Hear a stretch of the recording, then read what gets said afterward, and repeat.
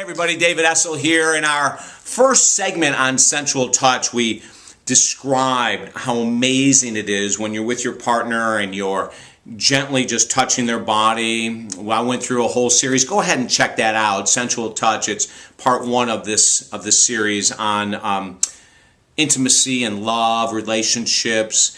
And I wanted to go in a little different direction today. And for a lot of people, this may be unique to hear. Of course, our website is talkdavid.com, and as a relationship coach and a minister amongst many things, I've been in this work for over 20 years now, and I just love to share it. And sensual touch is so important, just like we talked about the sensual kiss, but sensual touch is so important because throughout the body, there are millions of nerve endings right across the skin. And as we go through and touch our partner in really beautiful ways, we'll find this incredible connection that happens mentally, physically, emotionally, and for many of us that are on a deep spiritual path, even spiritually, we can deepen our connection through intimacy.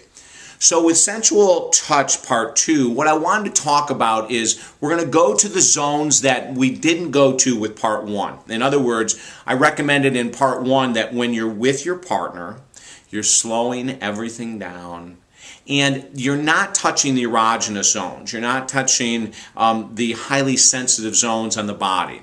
Well, with Part 2, Sensual Touch Part 2, we're going to go directly into those zones as well. So we're going to warm up first by looking at our partner and gently kissing them, talking to them.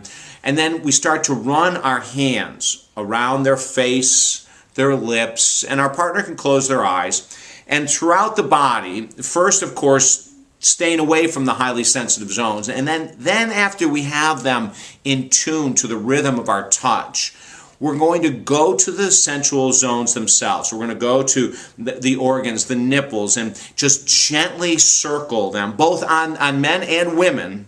You know, just because you're a guy doesn't mean that the nipples aren't incredibly sensitive. And so we're going to have those just gently touched. Then we're going to go down into the sexual organs. Now, this is a very slow process. Of course, here on YouTube, unlike when I'm working with couples in the office or on the phone where I can walk them through it and talk them through it in a way that they can sort of get involved with it slowly. Here, I'm going to say, let's just assume that we've gone through 4 or 5 minutes of very slow sensual touch across the body. And then we go to the sexual organs. We go to those erogenous zones. And as you touch and stroke, of course, there will be a response from your partner, as thank God we were designed to do that. And the response from a man will be a little bit more outwardly, obviously, than for a woman.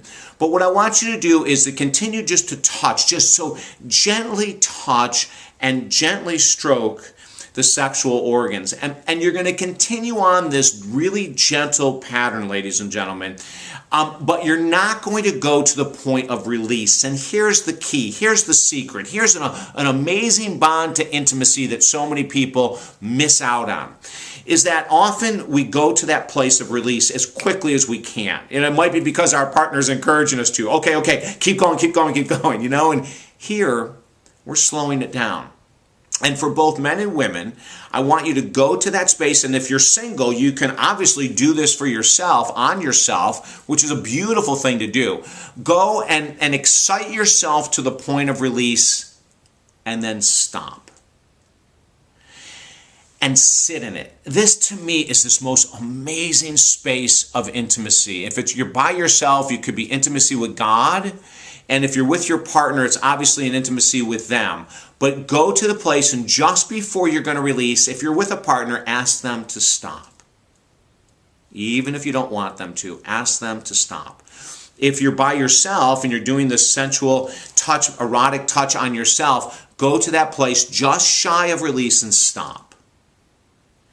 And then if you're with your partner, embrace and kiss and then start it again. And what we want to do is we want to build up without releasing, like 2 to 3 times. The ecstasy that comes from this is amazing. The release of endorphins in the brain is incredible. And you do this for 2 or 3 times, and then you relax back down. And then on the 3rd or 4th time, with that sensual touch, if you're with your partner, allow them to release. In other words, touch and stroke so gently, bring them to that release. If you're by yourself, then after the 3rd or 4th time of calming down and bringing that excitement back up, go ahead and release yourself. You will find that that release will be so much more intense than if you let go the first time. If you have any questions about this, if you're a couple, I work with couples over the phone as well as in the office, and if you're a single person that wants more assistance with this, there's so many benefits to the sensual touch without release for multiple times and then finally letting go. I would love to help you. Go to talkdavid.com. Go ahead and either call me or email me, and let's get into this. Let's get into this even more and find higher levels of ecstasy with our intimate relations. Have an awesome day. It's talkdavid.com. And don't forget, you can sign up for these emails or these YouTube videos that are sent directly to your email box for free. Have an awesome day. Bye-bye now.